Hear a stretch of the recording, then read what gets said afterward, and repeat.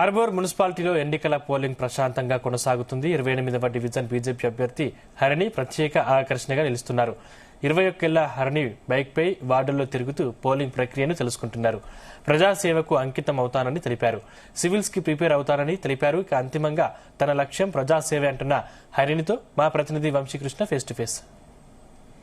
నిజామాబాద్ జిల్లాలోని ఆర్మూర్ మున్సిపాలిటీ లోని 28వ వార్డు వద్ద ఉన్నాం. 28వ వార్డు ఇదంతా కూడా కొంత మైనార్టీలు ఎక్కువ ఉన్నటువంటి వార్డుగా కూడా మనం చెప్పాలి.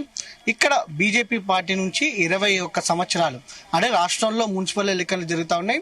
వీటిలలో దాదాపుగా అత్యంత చిన్న వయస్కురాలు హరిణి 21 సంవత్సరాలు ప్రజెంట్ మనతో పాటు ఉంది. హరిణితోనే మనం మాట్లాడదాం. చెప్పమ్మా, ఎలా అనిపిస్తా ఉంది ఎలక్షన్స్ కి? చిన్న వయసులో రాజకీయాల్లోకి వచ్చావు, ఎలక్షన్స్ లో పోటీ చేస్తా ఉన్నావు, ఎలా అనిపిస్తా ఉంది? బాగుంది, ఎక్స్పీరియన్స్ చాలా బాగుంది. ప్రచారం చేసావు కదా, ప్రచారంలో కూడా నీకు ఏమనిపించింది? మొత్తం మంచిగా ఉన్నారు, అందరూ డెవలప్మెంట్ గురించి మాట్లాడుతున్నారు, బాగుంది. ప్రజెంట్ ఏం చదువుతున్నావమ్మా? నేను యూపీఎస్సీకి ప్రిపేర్ అవుతున్నాను. అసలు నీ డ్రీమ్ ఏమంటావు? అంటే నువ్వు ఐఏఎస్ కావాలని నీ కోరికనా? అవును. అయితే ప్రజెంట్ నువ్వు రాజకీయంలోకి రావడం జరిగింది కదా, ఒకవేళ ఫర్దర్ గా ఎలా ఉండబోతుంది అంటారు? రాజకీయాల్లోనే కొనసాగుతావా లేకపోతే సివిల్స్ సైడ్ వెళ్ళిపోతావా? ఇప్పుడు ఒకవేళ గెలిస్తే మాత్రం ఇలానే కంటిన్యూ చేస్తాను, లేదు అంటే సివిల్ సర్వీసెస్ కి రాస్తాను.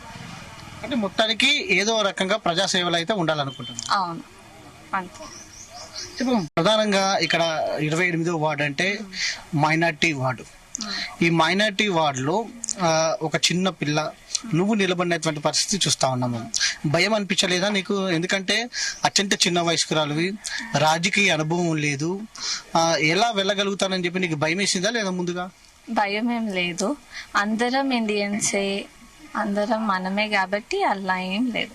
అందరు బాగా రిసీవ్ చేసుకుంటున్నారు, అందరం ఈక్వల్, అంతే, ఇండియన్స్ అంతే. అంటే మీ కుటుంబ సభ్యుల ఒత్తిడి ఏమైనా ఉందా? పోటీ చేయాలి అట్లా ఏమైనా ఉందా? లేదు, అట్లా ఏం లేదు.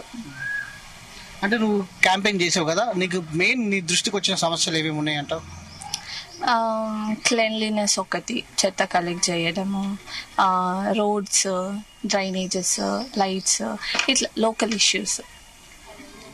ఇప్పుడు మీ ఫ్రెండ్స్ అందరు కూడా కాలేజ్కి వెళ్తా ఉన్నారు, చదువుకుంటా ఉన్నారు, ఎంజాయ్ చేస్తూ ఉన్నారు.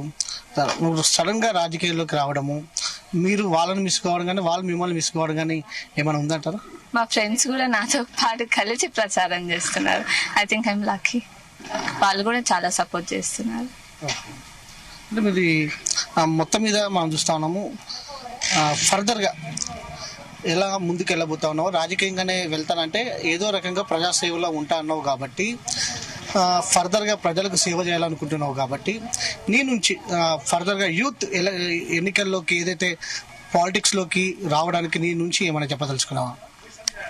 అదే నేను చెప్పేది ఒకటే, మనము దేశానికి సేవ చేయాలి, అది ఏ విధంగానైనా సరే. ఓకే. దాంతో పాటుగా ప్రజెంట్ ఈరోజు వార్డ్స్ కూడా తిరుగుతా ఉన్నావు నువ్వు, మీ డివిజన్ లోని వివిధ పోలింగ్ స్టేషన్ లో కూడా తిరుగుతా ఉన్నావు. ఎలా జరుగుతుంది పోలింగ్? ఎట్లా అనిపిస్తా ఉంది? అందరు ముందుకు వచ్చి ఓటేస్తున్నారు, ఇంకా టైం ఉంది, 5 వరకు చూడాలి. అయితే నువ్వు ప్రచారం చేసినప్పుడు కూడా ఒకరికొకరు తిట్టుకోవడము ఇవన్నీ కూడా చూస్తా ఉన్నాము. నీకేమనిపించింది అసలు? నా ఫోకస్ మొత్తం ప్రజలకి సేవ చేయాలి, వాళ్ళకి అభివృద్ధి పనులు ఎలా చేయాలి, వీటిపైనే ఉంటుంది. మీకు ఎలా ఉందంటారు? ఫ్యామిలీ సపోర్ట్ కానీ, ఫ్రెండ్స్ సపోర్ట్ కానీ ఎలా అనిపిస్తుంది? అందరు సపోర్ట్ చేస్తున్నారు.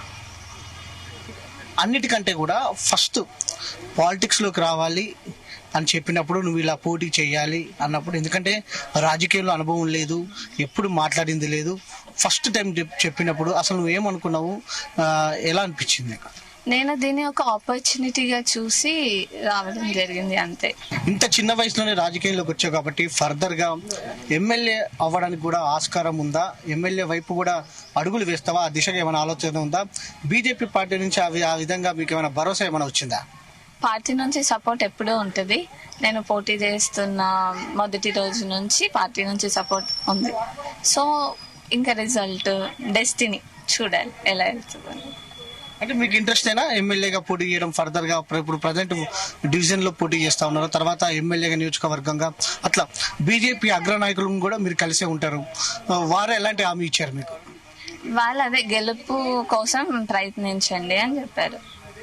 అయితే మరొక అంశము, రాకేష్ రెడ్డి గారు మాట్లాడుతూ ఇక్కడ పోటీ చేయడానికి కూడా ఎవ్వరు ముందుకు రాలేదు అని అన్నారు. ఆ ప్రచారం అనేది చాలా వైరల్ అయినటువంటి సందర్భం. ఎందుకు ముందుకు రాలేదంటారు? మీకు అసలు ఏం చెప్పారు? మీరు గుర్తించింది ఏందంటారు? పోటీ చేయడానికి ఎందుకు ముందుకు రాలేదని మీరు భావిస్తారు? దాని గురించి అయితే నాకు తెలీదు. కాకపోతే నాకు ఎప్పుడైతే తెలిసిందో ప్రజాసేవకి నేను ఇది ఒక ఆపర్చునిటీగా తీసుకొని రావడం జరిగింది. ఇది మొత్తం మీద భవిష్యత్తులో ఒక ఎలాంటి రకమైనటువంటి ఏదైతే ప్రజలకు సేవ చేయడమే పరమావధిగా పనిచేస్తా అంటూ కూడా హరిని చెప్పడం జరిగింది.